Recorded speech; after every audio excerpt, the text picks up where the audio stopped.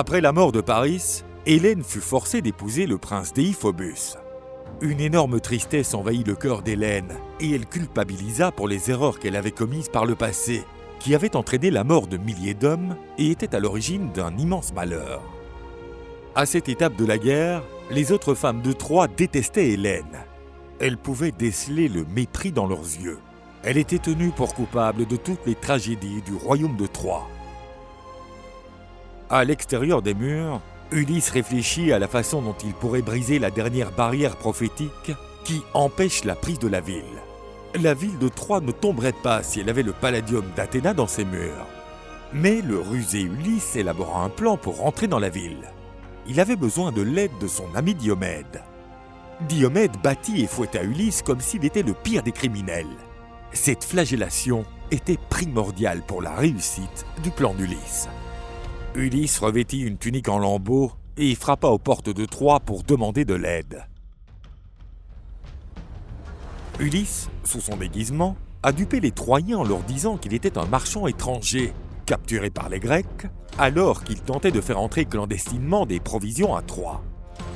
Il a dit qu'il avait failli mourir après avoir été torturé pendant des jours, mais qu'il avait réussi à s'échapper au cours de la nuit. Hélène, en entendant la voix de cet homme, était certaine de déjà le connaître.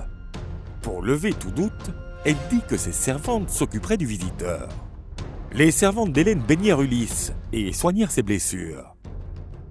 Quand Ulysse a revêtu les nouveaux vêtements qui lui ont été offerts, Hélène est entrée dans ses quartiers. Voyant le roi d'Ithaque propre et sans sa capuche, elle le reconnut immédiatement. Elle dit à Ulysse de se taire, car elle ne veut pas alerter les Troyens au sujet de l'espion qui se trouve maintenant au sein des remparts. Après tout, elle n'était là qu'en tant qu'esclave. Au cours de la nuit, Ulysse se faufila jusqu'au temple d'Athéna. Avec le concours des dieux, le gardien dormit d'un sommeil lourd. Ulysse pénétra dans le temple et y vola le palladium qui protégeait la ville. Lors de sa fuite de Troie, sous la protection d'Athéna, il élimina les gardes qui se trouvaient sur son chemin et la prophétie du palladium avait ainsi été déjouée.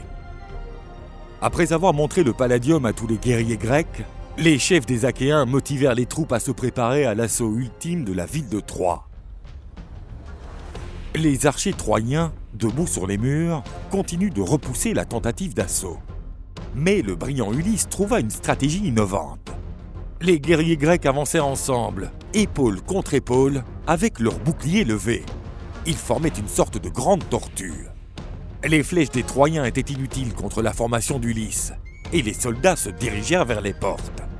Ils commencèrent à frapper la porte avec des haches, et ils la battirent rapidement. Mais Énée se tenait au-dessus de la porte troyenne, demandant aux dieux de l'aider à empêcher les Grecs de conquérir Troie ce jour-là. Le prince dardanien reçut le pouvoir des dieux. Utilisant ce pouvoir divin, il poussa un gros bloc de pierre, le faisant tomber du haut du mur.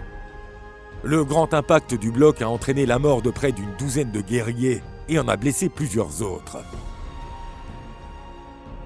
Une fois de plus, les Grecs sont repoussés. Ils fuient, pensant que les dieux ne souhaitent pas que Troie tombe entre les mains des Achéens. Les chefs grecs sont profondément découragés. La guerre dure déjà depuis 10 ans et tous leurs efforts et sacrifices semblent avoir été vains. Mais Ulysse va à nouveau déployer tout son génie en imaginant l'une des ruses les plus célèbres de l'histoire.